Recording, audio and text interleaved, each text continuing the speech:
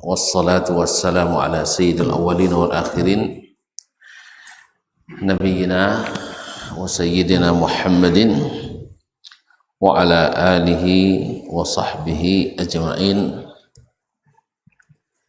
wa tabi'ina lahum bi ihsanin ila yaumil amma ba'd. Wa ussi nafsi wa iyyakum ayyuhal muslimun wa iyyatul muslimat bi taqwallahi azza wa jalla rabbil ardi was samawat fa innahu qad faza muttaqun. Ya ayyuhalladzina amanu taqullaha haqqa tuqatih wa la tamutunna illa wa antum muslimun. Bapak dan Ibu kaum muslimin dan muslimat yang dirahmati Allah Subhanahu wa taala, alhamdulillah bersyukur kita kepadanya atas segala limpahan rahmat, nikmat dan karunia-Nya. Alhamdulillah pada kesempatan ini kita kembali diizinkan bersama di tempat yang mulia ini, di Masjid Utsman Ibn Affan, Bukit Senayan, Kampar Utara. Mudah-mudahan kehadiran kita diterima oleh Allah Subhanahu wa taala dan diberikan ganjaran yang sebesar-besarnya. Oleh itu mari kita bersyukur kepadanya. Mudah-mudahan kita bisa memahami apa yang kita kaji dan dikuatkan untuk mengikuti. Semoga salawat dan salam kepada baginda Nabi alaihi salatu wassalam yang senantiasa di hati dan satu-satunya yang secara mutlak kita ikuti. Baiklah kaum muslimin dan muslimat dirahmati Allah Subhanahu wa taala. Selanjutnya doa kita pada Allah Subhanahu wa taala untuk para orang tua kita, para saudara mara karib kerabat, handai tolan dan sahabat, serta kaum muslimin dan muslimat, para guru-guru kita, dan khususnya Imam Al-Bukhari rahimahullah yang pada kesempatan ini kita belajar dari kitabnya Al-Jami' As-Sahih ini. Alhamdulillah masih dalam kitabul ghusl tentang mandi sampai ke bab 8 ya, yaitu babu mashil yadi bit turabi litakuna anqah. Bab mengusapkan tangan atau mengusap tangan dengan debu atau dengan tanah litakuna anqah, supaya lebih bersih, yaitu membasuh tangan dan kemudian dicampur dengan tanah. Artinya yang itu adalah termasuk yang dibolehkan dan dilakukan oleh Nabi alaihi salatu wassalam supaya lebih bersih, karena sudah diteliti orang bahwa tanah dapat membersihkan kita dari berbagai kuman dan bakteri. Dan sudah kita katakan pula bahwasanya andainya tanah itu tidak membersihkan sebanyak apa kuman yang beredar di daerah kita, tapi Allah SWT berikan itu tanah sebagai pembersih. Ketika bejana dijilat oleh anjing, Allah Ustaz, dia dijilat oleh anjing, maka dicuci dengan sebanyak 7 kali, salah satunya dengan tanah. Dan sudah diteliti oleh para ahli bahwa kalau dicuci dengan deterjen, dengan disinfektan, dengan cairan-cairan kimia, tidak hilang, hanya bisa hilang dengan tanah tadi. Makanya para ahli akupuntur, pengobatan Cina itu juga menganjurkan kaki kita ini harus sering juga menginjak tanah. Ini kok dari dulu sampai toma beti rompah. Ini tidak pernah minjak tanah. Nah, jadi subhanallah, mungkin itu sebabnya, mungkin dari sisi bersih kulit iya, tapi organ-organ dalam kadang-kadang tidak bersih. Allah musta'an. Jadi Nabi SAW seperti akan disebutkan hadis ini mengusap atau menggosok-gosokkan tanah ke tangannya. Qala, berkata Imam Al-Bukhari rahimahullah, hadatsana Abdullah ibn Zubair Al-Humaidi, telah menceritakan kepada kami Abdullah ibn Zubair Al-Humaidi Abu Bakar Al-Makki. Abu Bakar Al-Makki yaitu salah satu dari ulama hadis besar dari Makkah. Qala haddatsana Sufyan. Kalau Humaidi meriwayatkan hadis dari Sufyan, tidak disebutkan nisbahnya, nasabnya, berarti ini maksud adalah Sufyan bin Uyainah. Walaupun beliau meriwayatkan dari Sufyan Ats-Tsauri juga, tapi kebiasaannya beliau meriwayatkan dari Sufyan bin Uyainah, dia tidak sebutkan detail namanya. Orang dah paham. Kenapa? Karena saya kampung juga semasjid. Masjid apa? Mokkah bang. Masjid apa? Masjidil Haram. Jadi gurunya Al-Humaidi juga guru hadis dan fikih di Masjidil Haram, dan gurunya lagi guru dari Al-Humaidi Sufyan bin Uyainah juga guru hadis dan fikih di Masjidil Haram. Ibaratnya kalau kini ya, misalnya guru siko ada Sufyan, misalnya Sufyan siapa bu? Sufyan Suri lah ya. Kemudian ada lu Sufyan lain di Sewangtan. Misalnya Sufyan apa? Sufyan Surah, gitu ya. Jadi kalau dia maksudnya Sufyan Suri, kan Sufyan Suri lah ya, maka dia sebut Sufyan saja. Karena orang dah maklum yang maksud adalah yang di Masjid Utsman. Paham? Tapi kalau dia maksud yang di Sewang, maka dia sebutkan lengkap. Yang membedakannya dengan Sufyan ibn Uyainah. Ini faedah daripada ilmu hadis, disebut dengan latifatu al-isnad. Qala, dia berkata, hadatsana al-A'mash, telah menceritakan kepada kami di sini al-A'mash, ma'ruf dengan laqabnya al-A'mash ini, namanya Sulaiman ibn Mahran al-Kahili Abu Muhammad al-Makki. Abu Muhammad al-Kufi. Boleh ngantuk saudara. Jadi lupa pula atau lapinya. Nah, Al-Kufi. Masih ingat apa keistimewaannya? Satu dari 6 ulama tabi'in yang menjadi poros perputaran sanad hadis di Kufah. Itu Al-A'mash. Masih lupa bang?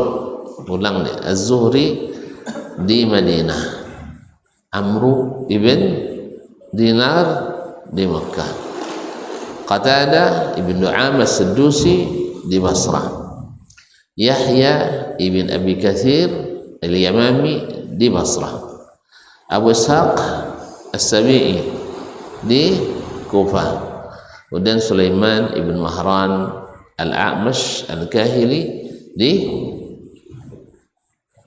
Kufah. Kan mau sabut mah Al-Kufi di Kufah. An Salim ibn Abi al-Ja'ad, dari Salim ibn Abi al-Ja'ad, dari Salim ibn Abi al-Ja'ad juga Al-Kufi.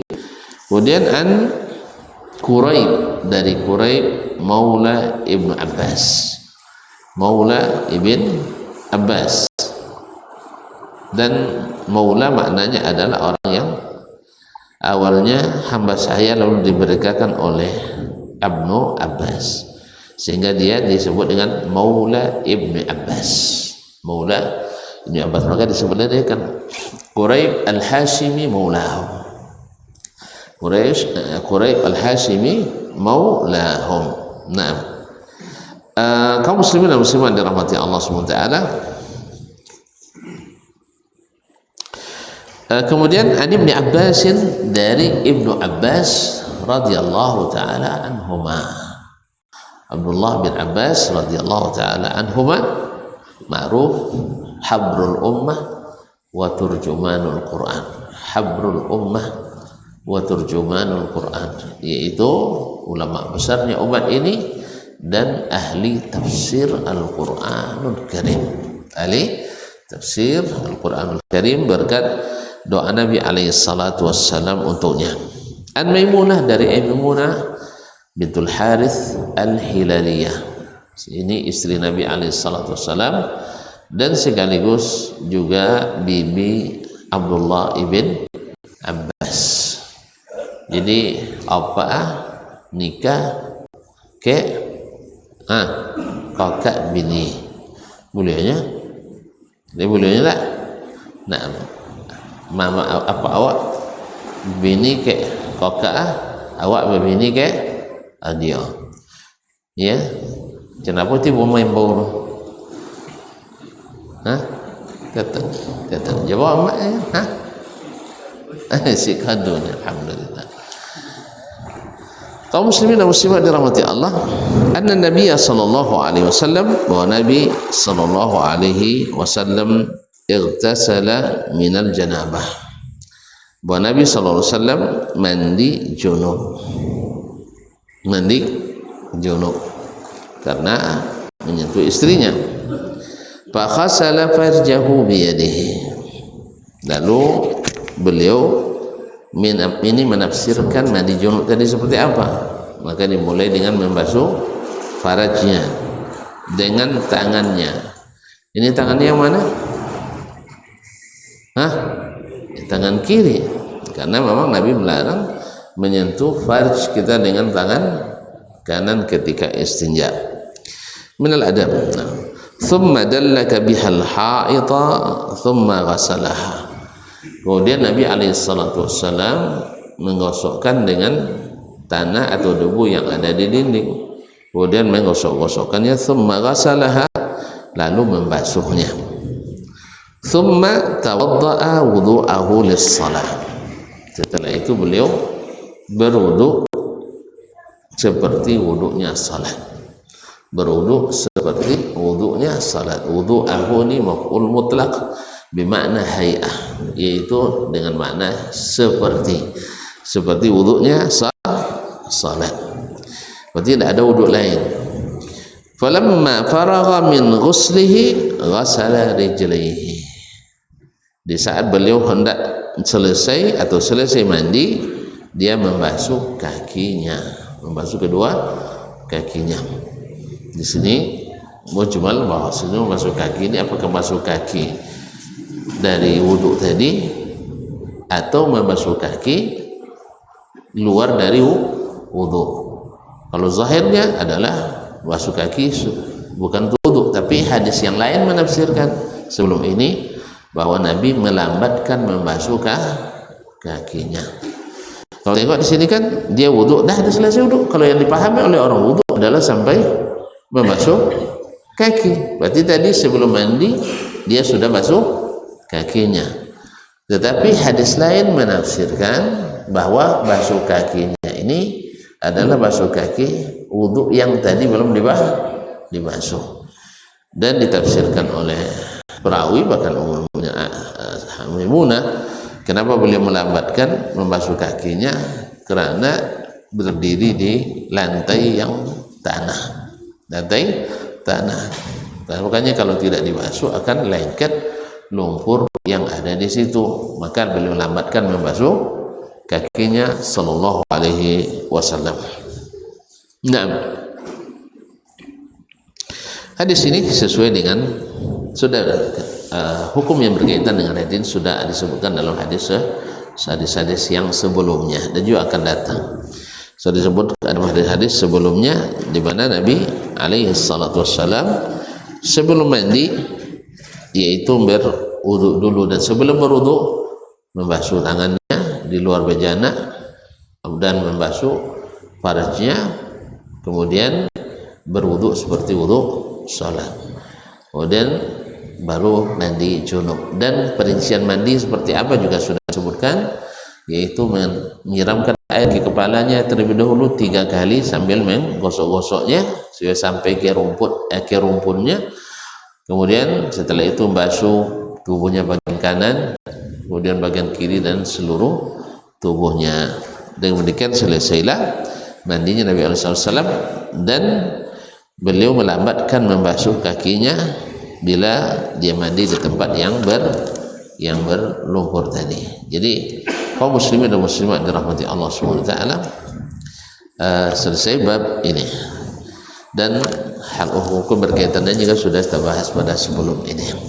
Masuk bab yang selanjutnya, babu hal yudkhilul junubu yadahu fil ina'i qabla an yaghsilaha idza lam yakun ala yadihi qadarun ghairul janabah. Wa adkhala ibn Umar wal Bara' ibn Azib yadahu fit tuhur aw fit tahur wa lam yaghsilha thumma tawadda'a. Wa lam yara ibn Umar wa ibn Abbas ba'san bima yantadihu min ghuslil janabah. Bab orang yang memasukkan, bab orang junub yang memasukkan tangannya ke dalam bejana qabla ayaghsilaha, sebelum memasukkannya ke dalam bejana itu.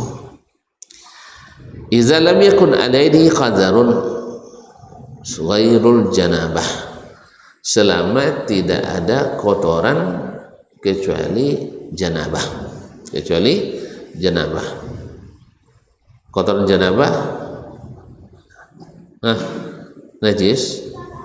Enggak, kotoran janabah tidak najis. Jadi ketika dia sebut selain kotoran janabah, berarti janabah itu adalah sesuatu yang bersifat kotoran tetapi tidak najis. Demikian juga seandainya di tangan itu ada kotoran yang bukan najis, maka dibasuh dulu sebelum memasukkan ke dalam bejana. Apa sebab?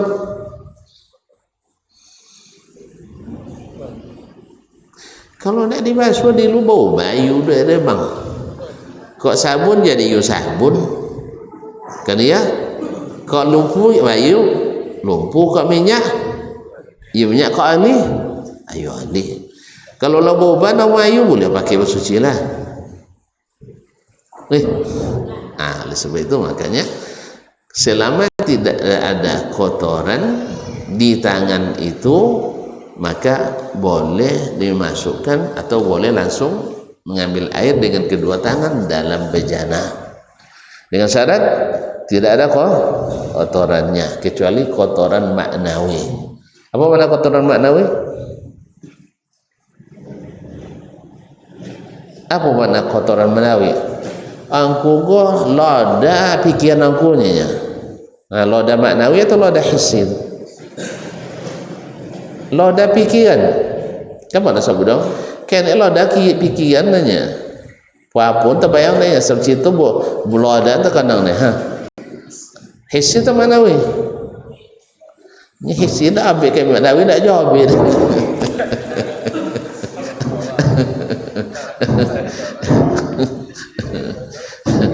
Maknawi, hissi itu bisa disentuh, bisa ditangkap bisa ditangkap oleh panca nak jawab dia panca sila lalu panca indra tu ya. Baca lebih lupa kajilamu. Bisa ditangkap oleh panca indera, itu namanya hissi. Bisa diidu babaunnya, itu namanya indera penciuman. Bisa dirasa, dikinyam. Mana kok nak kinyam lagi? Iya, kotoran tidak najis kan boleh kinyamnya. Kotorannya tidak najis boleh kinyamnya. Lokek lah dua tangan awak kan lo kan sampai kotor kan lo dah kan boleh kenyam. Jadi bila boleh jadi menginjam itu namanya indra rasa. Nah, boleh. Kemudian bisa ditengok nampak bantu ada lihat indra penglihatan dan seterusnya, atau bisa diasuh dengan kulit namanya indra perasa. Jelas itu namanya hissi. Nah, sedangkan yang tadi pikiran bisa diasuh, enggak bisa dikinyam, enggak bisa ditengok, enggak, berarti namanya maknawi. Nah, hadas ajibah hadas kini iya ini loda atau bukan? Detong qazar berdasarkan ini. Cuman bisa ditengok nampak bangun hadas dulu.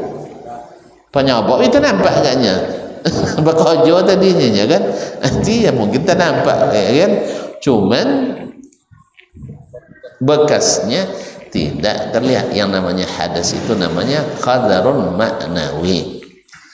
Kalau tidak nampak, tidak bau puak, bisa dibasuh. Jelas?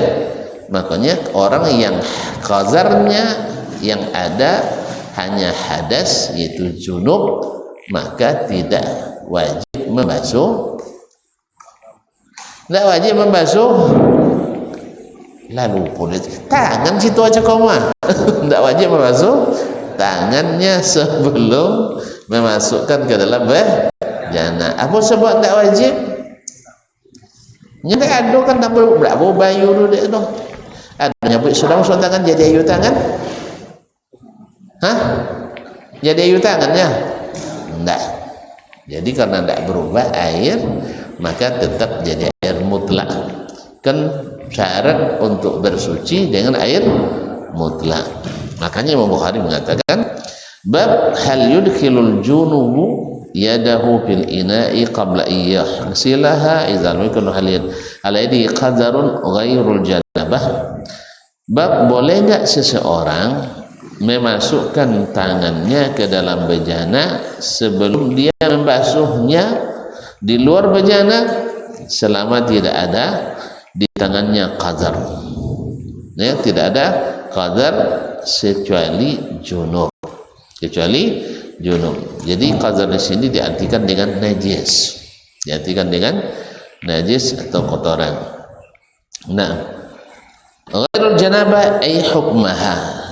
Nah ini dia beliau mengisyaratkan mungkin terjadi khilaf di antara para ulama bahwasanya ketika tangan itu bersih apakah mesti dibasuh juga kalau berjana?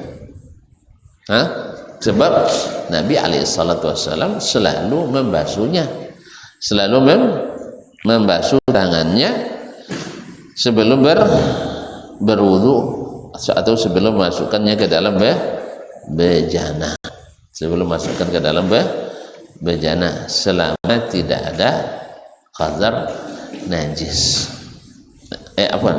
Ada atau tidaknya najis. Sebagian tetap mewajibkan untuk membasuh karena sunnah Nabi seperti itu. Sunnah Nabi SAW seperti itu. Tetapi wa adkhala ibn Umar wal Bara' ibn Azib yadahu fi at-tahuri wa lam yaghsilha thumma tawaddah. Tapi ada asar dari Ibnu Umar dan juga dari Al-Bara' ibn Azib radhiyallahu anhum. Mereka ini adalah sahabat-sahabat Nabi alaihi salatu wassalam yang sangat ketat dalam melaksanakan sunnah Nabi alaihi salatu wassalam. Khususnya Abdullah bin Umar sampai-sampai disebut dengan mutasyaddid, keras dalam menerapkan sunnah. Nah, makanya terkenal di kalangan para fuqaha iyyakum wa tasyaddudat ibni Umar. Hati-hati jangan ikut tasyaddudnya Ibnu Umar. Naam. Wa rukhas ibni Abbas, dan hati-hati pula dengan rukhsah yang cenderung diberikan oleh Ibnu Abbas. Kalau Ibn Abbas fatwanya cenderung untuk ringan. Kalau Abdullah bin Umar fatwanya cenderung untuk berat. Nah, yang sebaik-baiknya di antara keduanya. Tidak terlalu ringan, tidak boleh terlalu berat. Nah, jadi kalau masalah ijtihad Abdullah bin Umar syadid, kalau ijtihad Abdullah bin Abbas ringan. Taib, wa adkhala Ibnu Umar wal Bara' bin Azib yadahu bit-tahuri wa lam yaghsilha thumma tawadda. Setiap masing-masing dari Ibnu Umar dan masing-masing dari Ibnu Bara' bin Azib, dua sahabat Nabi alaihi salatu wassalam, memasukkan tangannya ke dalam air wudu, air bersuci, sebelum membasuhnya di luar bejana itu. Thumma tawadda. Lalu keduanya berwudu dari air tadi. Kalau seandainya tidak boleh, maka tentu dia tidak berwudu dengan situ. Tapi ternyata dia masukkannya. Walam yara Ibnu Umar wa Ibnu Abbas ba'san bima yantadihu min ghuslil janabah. Dan Abdullah bin Umar dan Ibnu Abbas keduanya berpendapat bahwa tidak masalah air yang masuk memercik dari tubuh orang yang mandi junub. Pahamnya? Air mandi junub ketika disiramkan memercik dan masuk lagi ke air bejana tadi, maka mereka menganggap itu tidak merubah air tadi. Ini berkaitan dengan air mustamal. Karena dalam mazhab Syafi'i ketat dalam masalah ini, air yang sudah dipakai untuk mandi atau berwudu oleh orang lain, sisanya dianggap air mustamal. Dengan makna bila dia berwudu dari bejana itu menggunakan kedua tangannya dan masuk air dari anggota wudunya itu, maka disebut air yang sudah terpakai. Air yang sudah terpakai untuk bersuci tidak bisa lagi digunakan untuk bersuci. Tapi jumhur menolak pendapat ini karena banyak sekali hadis-hadis dari Nabi Sallallahu Alaihi Wasallam dan juga dari para sahabatnya bahwa percikan air dari tubuh orang yang mandi junub masuk lagi ke dalam bejana tidak merubah air itu. Di mana mereka ambil dalil? Dari hadis-hadis yang akan disebutkan oleh Imam Al-Bukhari rahimahullahu ta'ala. Qala ma'asyarul kiram dirahmati Allah subhanahu wa ta'ala, beliau mengatakan haddatsana Abdullah ibn Maslamah telah menyampaikan tadi kenapa mereka tidak menganggapnya atau tidak bermasalah dengan itu? Karena ini sulit dihindari. Awak ambil cibuk ayu dari bejana, sudah itu siramkan ke badan, ambil dulu layu dulu macam itu, bang, ambil ayu, sudah itu layu, sudah itu lap tangan dulu najis masuk sana tu apa ya? Raji tu sudah mandi dulu, sudah itu saya layu. Nah, jadi ini namanya yakni su'ubatul ihtiraz, sesuatu yang susah kita menghindarinya, maka dimaafkan. Jadi bersulit. Sama kenapa misalnya ludah kucing dimaafkan kita. Tahu enggak air ludah kucing? Sebenarnya hukumnya najis atau tidak? Ada yang bilang tidak najis, tainya aja tidak najis. Jadi sebenarnya bukan tidak najis, tapi karena susah kita menghindarinya, maka dimaafkan. Jadi kencing kucing sebenarnya najis, tetapi susah dihindari. Ini memang asal masuk rumah langsung kita ke gini tuh dan langsung nyuci kain kogor din tahu itu air itu makanya dimaafkan, cuman tidak tahan bau itu masalah. Kalau amat kalau singgah 4 makan tahu cik itu kucing jantan. Jadi kaum muslimin, jadi saubal ihtiraz minhu. Bagaimana dengan mancik? Mancik kanca mancik? Mancik. Lo biar payah, lo menghindari lepas kucang. Kan ya? Kalau mancik ya, kena cai, kena anda, kena hilang Kau lah buat boleh lihat. Kalau kau jangan tak, kau sondak biarnya. Kalau mancik siapa yang cai? Kau dibiar cun, biar bawa deh, kena bawa. Kan ya? Mati kan mati lo penyolek deh. Mati lo penyolek. Jadi sono tak bagus dia acun. Cuma kadang orang tak tahan lah penyacun. Sudah tahu lo main 2 acun itu. Allah kuatlah minta. Kau nak mati dalam kesalam. Pernah? Leye? Tak sebaunya? Enggak.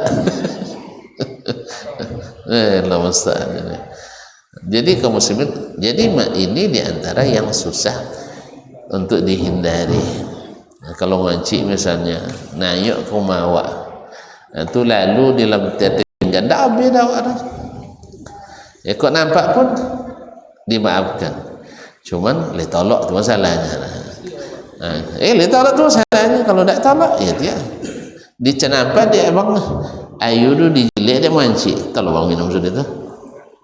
Jadi kan untuk suka kira dia untuk minum suka kira tolak dah. Apalagi tanya ke syekh kan, tak sehat dulu ustaznya.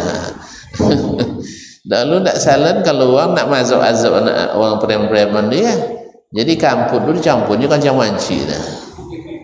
Iya, tak pernah dengar. Tahun berapa lahir? 60 sampai 7 sampai. Tapi okey ni umurnya tak tengah nah. Elok lingkungannya. Jadi kaum muslimin dan muslimat dirahmati Allah SWT, itu yang dimaafkan. Jadi cacat. Iya kalau tak nampak. Kalau nampak tahu lah jima apa? Iya tak apa je dah. Dimaafkan insya-Allah. Baik, barakallahu fikum. Nah, qala hadatsana Abdullah ibn Maslamah. Salam.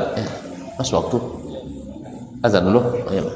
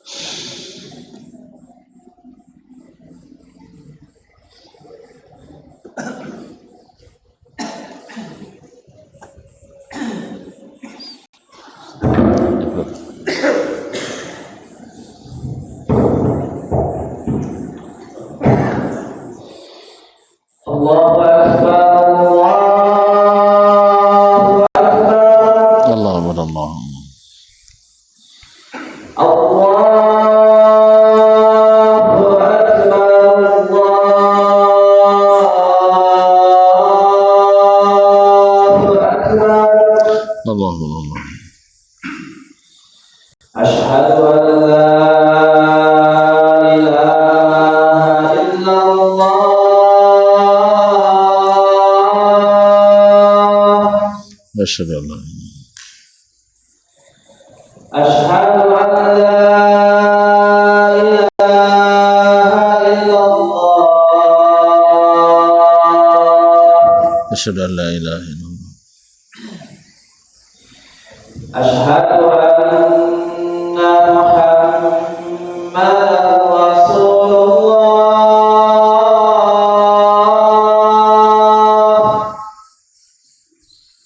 أشهد أن أشهد أن محمدا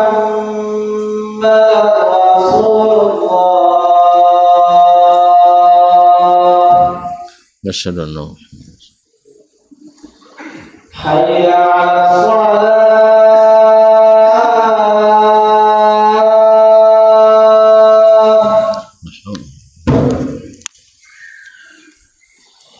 حي على الصلاة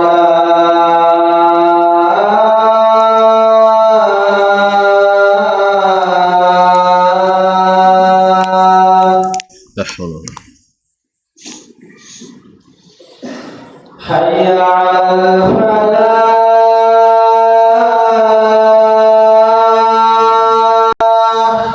لا حول ولا قوة. حي على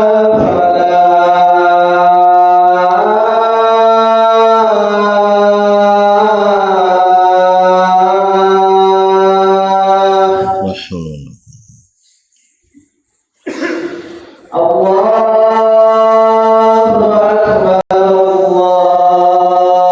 الله أكبر الله الله. لا إله إلا الله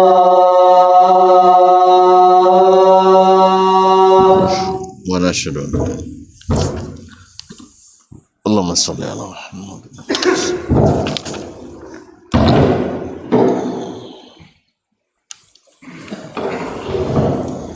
Baik. Kaum muslimin, kaum muslimat dirahmati Allah Subhanahu wa taala. Kemudian dia melanjutkan hadatsana Abdullah ibn Maslamah, dalam riwayat lain ada dalam riwayat Muslim ada disebutkan ibn Qa'nab. Nah, yani Abdullah ibn Maslamah ibn Qa'nab al-Qa'nabi al-Madani. Qala hadatsana Aflah, telah menceritakan kepada kami Aflah, yaitu Aflah ibn Humaid. Aflah ibn Humaid al-Ansari Abu Abdurrahman al-Madani al-Najjari. Al-Qasim, dari Al-Qasim, yani Qasim ibn Muhammad ibn Abi Bakar As-Siddiq. Nah, salah satu dari 7 fuqaha Madinah di masa tabi'in. An Aisyah, dari Aisyah, yaitu Aisyah kenapa dia nyuruh Qasim bin Muhammad bin Abi Bakar. Jadi Aisyah sebagai apa dia Qasim bin Muhammad bin Abu Bakar Siddiq. Apa? Lah dia untuk bibinya rumah, ibunya rumah Muhammad do badi adik jo Asma, Aisyah badi adik jo Asma. Apa nomor? Saudara ada perempuan ayah. Bahasa apa kayaknya? Tak paham pak. Ibu si kebama. Nah, amanya amma. Ya amma. Ya dia dalam bahasa amma, dalam bahasa amma. Nah, kan dia wawa besar maksudnya. Nah, ammah dengan amma. Nah. Qalat, dia berkata, kuntu aghtasilu ana wan nabiyyu sallallahu alaihi wasallam min ina'in wahid.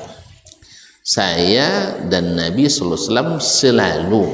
Jadi kalimat kana setelah fi'il mudhari' maknanya qada, sering, ya.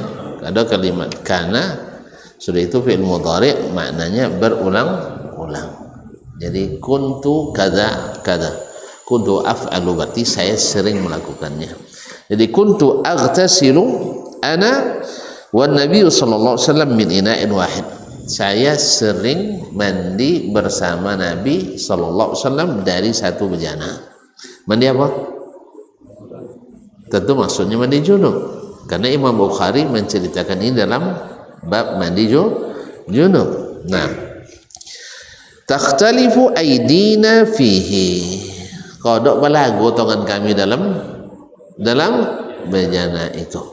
Berarti kalau belago adonan dahulu, adonan kemudian. Berarti kalau seandainya adonan dahulu, adonan kemudian, berarti ayunan dahulu masuk ke dalam ayu yang akan dipakai dan kemudian. Ternyata Nabi tidak menganggapnya sebagai air mustakmal yang tidak boleh lagi dipakai. Karena payah ambil secibuk lain kan tidak mungkin. Tidak mungkin. Makanya hal seperti ini diinikan. Yang kemudian, tapi di sini tidak disebutkan apakah dia mencuci tangan sebelumnya. Sahih? Zahirnya di sini Imam Al-Bukhari rahimahullah memaknai kalau tidak sebutkan membasuh tangan terlebih dahulu berarti tangannya bersih. Tidak ada qazar, tidak ada kotoran kecuali kotoran ma'nawi, yaitu hadas besar, hadas besar. Yang kedua, di sini juga terdapat hukum bahwa bersentuhan jomini tidak membatalkan wudu. Sebab Nabi kan wudu sebelum itu. Sah? Kan dia tengok dia bini, inya sebelum mandi basuh tangan dulu. Sudah itu basuh kemaluannya. Sah? Kan dia nampak dia bini. Lalu citong kawak dia. Kan Maimunah citong tadi, Aisyah citong, Ummu Salamah citong. Sah? Berarti ini juga suatu anjuran mandi bersama istri itu dianjurkan. Wajah ndak amur Ustaz, kalau ndak amur dak lawah haji ini basuh lah. Ya ndak lah, masak nasi sudah turun basuh dan mandi sama nya. Tapi sebenarnya itu salah satu cara romantis dalam keluarga. Apapun caranya kadang ada loh ndak siap untuk romantisin itu kan ya. Kalau nya sebagian ahli cinta, bagus romantis dengan istri ketika masak, sah, ketika mandi, sah, ketika makan, sah, ketika belajar, sah, ketika santai. Hanya tidak bisa dibawa. Pokoknya kau janji kalau masak jangan rakit-rakitnya. Aja ni rakit je lah. Masak dengan apa nomor dengan yang berkaitan dengan masak, nyosah kan ya, nyapu. Soalnya kan mantap loh kan? Kan ya? Jangan ketika main golf je sama caddy je pegang tangan sama atau ketika main biliar kan? Enggak, sebenarnya sambil nyapu je istri, sambil masak je bini, romantis. Tapi ada jenis-jenis. Ya, jenis-jenis laki-laki dan atau perempuan yang tidak bisa diganggu kalau sedang bekerja. Sah? Kalau jantan, itu kalau tengah urusan kantor dia dekek-dekek. Sah? Kena acak bini pak dia dah. Apalagi laporan bangkrut lo perusahaan kan. Tapi padahal sebenarnya waktu bekerja itu termasuk saat-saat romantis. Makanya banyak CEO yang berlaku serong dengan sekretaris. Jadi ini damur uang leh. Allah musta'an. Jadi di saat-saat stres itu kita harus ada yang menenangkan. Cuman fungsi itu banyak dilalaikan oleh para istri. Itulah sebabnya banyak suami yang berselingkuh dengan yang lain. Ya, bini yang masalah nusos payah-payah itu tambah payah deh. Dan kajo redo dong kajo abang jalannya kan ya? Iya ndak?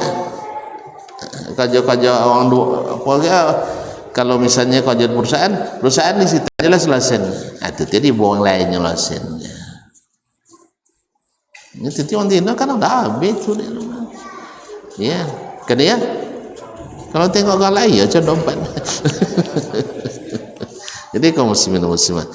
Jadi Nabi alaihissalam menyunahkan itu. Makanya dan ini yang meriwayatkan kan para istrinya. Maimunah, Aisyah, kemudian siapa? Ummu Salamah. Mereka ini meriwayatkan bahwa mereka melihat Nabi kalau melihat berarti mandinya bersama. Dan lebih sharih lagi ketika dia katakan tangan kami sampai beradu di dalam bejana tadi. Takhtalifu aidina fihi fihi. Artinya berarti Nabi mandi bersama. Dan di sini juga dapat hukum bahwa bersentuhan dengan istri ketika mandi tidak membatalkan suci kita. Ya, kecuali kecuali ada sebab lain. Ada sebab lainnya tentu memang kalau sana tinggi move on-nya ya dia batal dah. Tapi kalau sentuhan biasanya enggak. Hanya biasa kalau lu sudah mandi junub lah janganlah sulabi lu memang ya. Enggak kan move on je lah. Kalau move on tak uduk dia ulang mandi dia. Payah wano dia itu aja kau repot.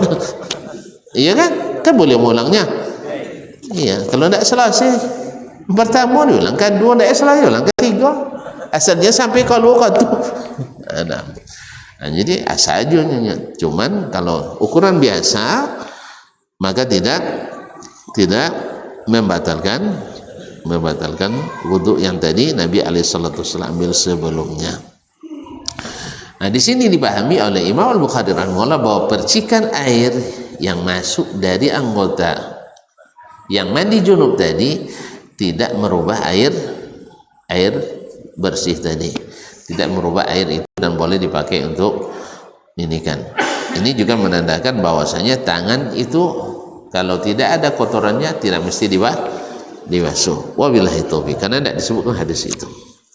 Kemudian Syekh Al-Bukhari rahimahullah melanjutkan, hadatsana Musaddad telah menceritakan kepada kami dari Musaddad ibn Musarhad ibn Musarbal ibn al-Mustawrid al-Basri. Apa namanya? Nah, ada apa nama? Musaddad ibn Musarhad ibn Musarbal ibn Mustawrid al-Basri. Anu jelas. Si Basri itu kan namanya layur Musaddad al-Basri. Itu ulama hadis yang pertama menyusun kitab Al-Musnad di Basrah. Apa makna kitab Al-Musnad? Hadisnya disusun berdasarkan urutan nama para sahabat. Nah, beliau yang pertama kitab Musnad di Basrah. Qala hadatsana Hammad, telah menceritakan kepada kami Hammad, itu Hammad ibn Zaid ibn Dirham al-Basri. Hammad ibn Zaid ibn Dirham al-Basri itu pasti karena Musaddad tidak mendengar dari Hammad ibn Salamah ibn Dinar, tidak mendengar dari Hammad ibn Salamah ibn Dinar seperti disebutkan oleh Imam Ibnu Hajar rahimahullah. An Hisham, dari Hisham yaitu Hisham ibn Urwah ibn Zubair al-Asadi, salah satu Hisham bin Urwah ibn Zubair ibn al-Awwam al-Asadi. An abihi, dari bapaknya. Siapa bapaknya? Urwah ibn Zubair. Urwah ibn Zubair ibn al-Awwam al-Asadi. Ayahnya salah satu dari 10 sahabat yang dijamin masuk surga, itu Zubair ibn Awwam. Qalat, Aisyah berkata, qalat kana Rasulullah sallallahu alaihi wasallam idza igtasala min al-janabati ghasala yadahu. Nabi sallallahu alaihi wasallam apabila mandi junub membasuh tangannya dahulu, maksudnya di luar bejana.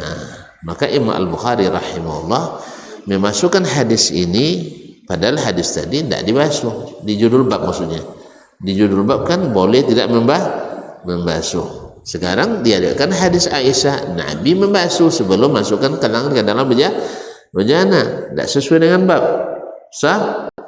Sahih? Naam, bertentangan hadis yang pertama yang zahirnya tidak membasuh.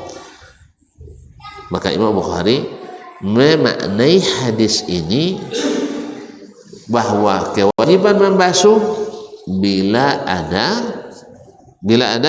qazarun, bila ada najis atau kotoran. Tapi kalau tidak maka boleh tidak dibasuh seperti dalam hadis zahirnya hadis Aisyah sebelumnya tadi, atau riwayat Qasim dari Aisyah radhiyallahu taala anha. Sedangkan riwayat saudara daripada keponakannya yaitu Urwah dari Aisyah, dia sebutkan Nabi membasuh tangannya. Jadi membasuh di saat ada kotoran seperti yang disebutkan dalam bab. Kalau tidak dibasuh berarti dalam keadaan bersih, tidak ada kotoran kecuali kotoran maknawi, yaitu janabah. Ma'asyarul kiram dirahmati Allah Subhanahu wa taala, sehingga tidak ada bertentangan antara hadis riwayat Hisham bin Urwah dari bapaknya dari Aisyah dengan riwayat Al-Qasim ibn Muhammad ibn Abi Bakar dari Aisyah, karena riwayat Qasim secara umum, riwayat Urwah itu lebih khusus. Wabillahi taufiq. Kemudian Syekh melanjutkan bab ini, hadatsana Abul Walid, telah menceritakan kepada kami Abul Walid yaitu Sulaiman ibn Abdul Malik At-Tayalisi. At-Tayalisi juga penulis kitab Al-Musnad. Qala hadatsana Syu'bah, telah menceritakan kepada kami Syu'bah yaitu Al-Hajjaj Al-Ataki Abu Bisam Al-Basri, salah satu yang berqalaqab Amirul Mukminin bil Hadis, yaitu gelar tertinggi ulama hadis. Ada muhaddis, ada hafiz, ada hujjah, tapi Amirul Mukminin itu yang paling tinggi.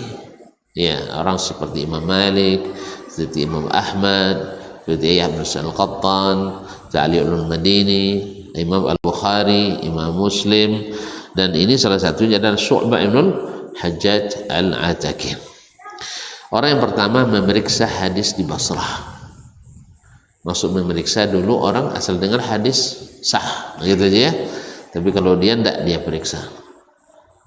Jadi kalau dia terima hadis dari seorang musyihnya, min aina sami'ata atau mimman sami'ata, dia dengar dari si fulan, dia cari si fulan itu kalau masih hidup, kalau tidak cari murid-muridnya. Nah, jelas kalau masih hidup syekhnya dia cari syekh itu sampai dapat. Pernah beliau mencari syekh itu, katanya sudah pergi ke Kufah, dicari ke Kufah, sudah pergi ke Baghdad, cari ke Baghdad, sudah pergi ke Makkah, pergi haji, diikutinya ke Makkah, sampai di Makkah sudah pergi pula ke Madinah, dicari ke Madinah, akhirnya balik lagi ke Basrah. Pulang kampung, sampai di Basrah, di kampung itu ternyata hadis tidak terima. Syekh itu ya menciang-ciang apa nama, menciang-ciangkan onta. Dia tangannya seolah bawa makanan, tapi ternyata tangan kosong. Kalau ciang-ciang uang, berarti mau juga hadis ya, ciang-ciang uang. Lah janjian tu tapi tak jadi lah. Sudah temu je hadis. Kau tak ciang-ciang hewan, tak temu hadis kan. Ma'asyarul kiram rahmati Allah, itulah Syu'bah bin Al-Hajjaj Al-Ataki rahimahullah. Taib, an Abi Bakar ibn Hafs, dari Abi Bakar ibn Hafs, an Urwah, dari Urwah ibn Zubair, an Aisyah radhiyallahu anha, dari Aisyah radhiyallahu anha qalat, dia berkata, kuntu aghtasilu ana wa Nabi sallallahu alaihi wasallam min inamin wahid min janabah. Saya dulu sering mandi dengan Nabi dari satu bejana. Nah, di sini dijelaskan mandi apanya, mandi junub. Itulah istimewanya metode ahli hadis mengumpulkan hadis-hadis yang berkenaan dalam satu tempat, sehingga hadis menjelaskan makna hadis yang lain. Kalau tadas kan tadi mandi saja, bisa mandi yang lain, tapi ternyata mandi junub. Karena mandi yang lain kan sifatnya sunnah.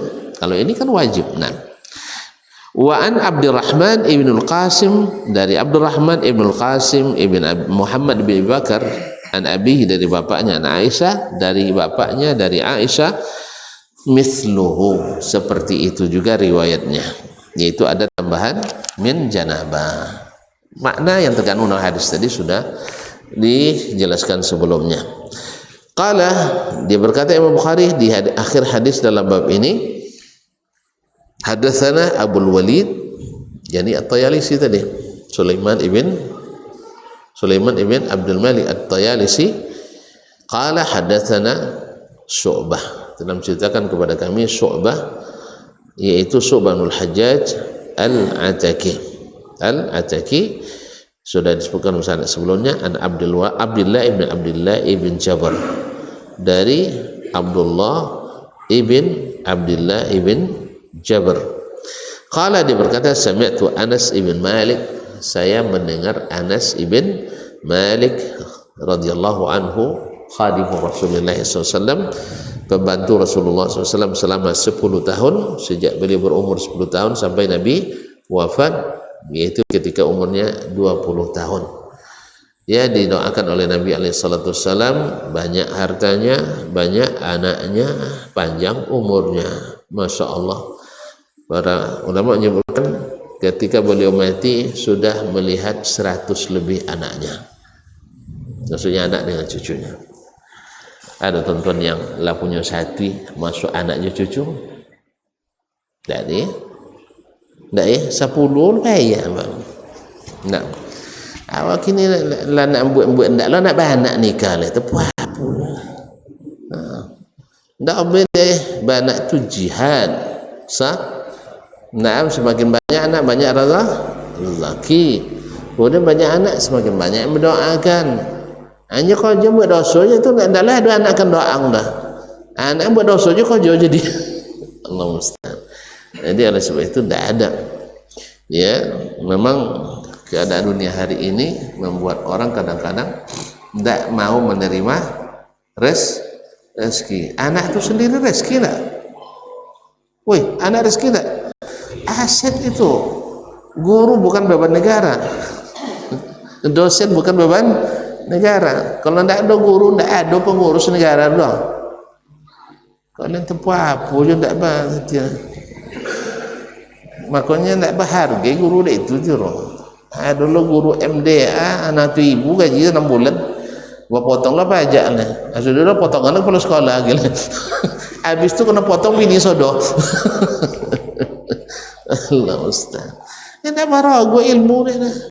Nah, tapi itulah heran wak kadang ni dengan manusia lupa kayak guru. Wak pandai baca, pandai menuntut, pandai belajar, pandai mengelola, pandai ngurus dek guru dia. Terus boleh jadi beban. Memang kasihan guru tu dia nak dia genong. Padahal Syekh, guru tanpa pahlawan tanpa tanda jasa. Kano palasa. Gaji paling kene guru tu agaknya di profesi. Kan iya Syekh? Itu salah seorang apa dia ambil jadi guru. Tapi mereka nanti akan tahu bahawa sesungguhnya guru Allah tempatkan tinggi. Dan siapa yang meninggikan guru, Allah tinggikan dia. Makanya Umar bin Khattab radhiyallahu anhu tahu posisi guru, maka dia tinggikan penghasilannya. Gaji sebulan guru TPA, guru kutab hanya 10 saja. Karena beban negara. 10 apa? 10 dinar sahaja. Berapa 10 dinar? Hitung lagi. Sedinar tak? Sedinar warna berapa sedinar? Kan lupa tahu itu tuan mah. Sedinar berapa? Weh bang, sedinar lu bang 4,2 gram ome. Sedinar 4,2 gram ome kali 10 42 gram ya. 42 gram. Saome itu 2,5 gram, 2,5 gram. Berarti 6 boleh ome. Berapa saome kini?